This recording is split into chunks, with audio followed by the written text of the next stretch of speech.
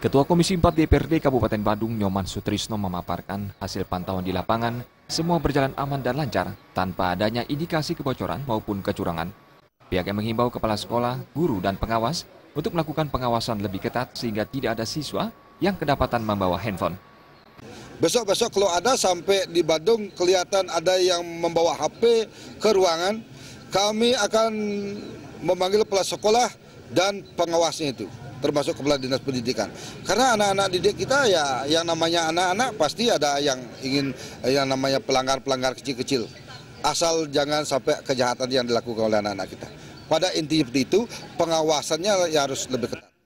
Kepala SMP Negeri 1 Abian Semal, Ide Bagus Gede Siwatama memaparkan pihaknya telah memberikan larangan penggunaan handphone bahkan saat keseharian dalam proses belajar mengajar berlangsung. Kami sudah betul-betul mempertegas, termasuk kemarin kita rapat Dewan Pengawas, kita memang sudah menginstruksikan supaya pengawas menyampaikan bahwa tas termasuk HP-nya ditaruh di depan.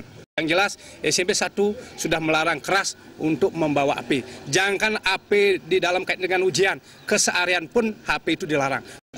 Ujian hari ini berjalan dengan lancar, sangat lancar, dan tidak ada keributan atau apapun. Pengawas sudah bekerja dengan baik dan kami